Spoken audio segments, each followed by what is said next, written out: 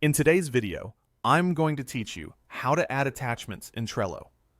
By the end, you'll know exactly how to add files, links, and items from cloud services to any Trello card, so your team always has the right context in one place. First, log into Trello. Head to the Trello website, click the Login button in the upper right corner, and sign in with your email, or continue with a Google or Microsoft account. If you're already signed in, you'll land on your home screen. Next, open the board where you want to work. From your Trello home, click the specific board you want to view. If you have a lot of boards, the search bar can help you find it quickly. Once the board opens, select the card that needs an attachment. Click the card to open its detailed view.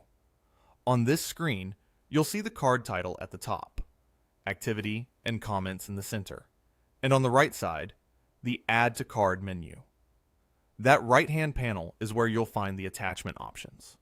On desktop, the quickest way is to click the Attachment button, which looks like a paperclip, in the Add to Card menu on the right. This opens a window where you can choose what type of attachment to add. If you prefer, you can also drag and drop files directly from your computer into the open card. When you see the drop area highlighted, release the file, and Trello will start uploading it. Drag and drop is great for speed, especially if you're adding multiple files at once.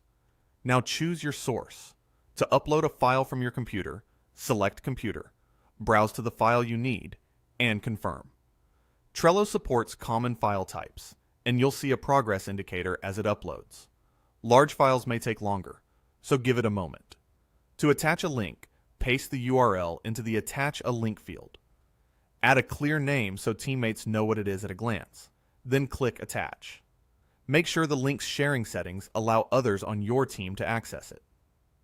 Many links, like documents and images, will show a helpful preview right on the card. If your files live in the cloud, choose a connected service such as Google Drive, Dropbox, or OneDrive.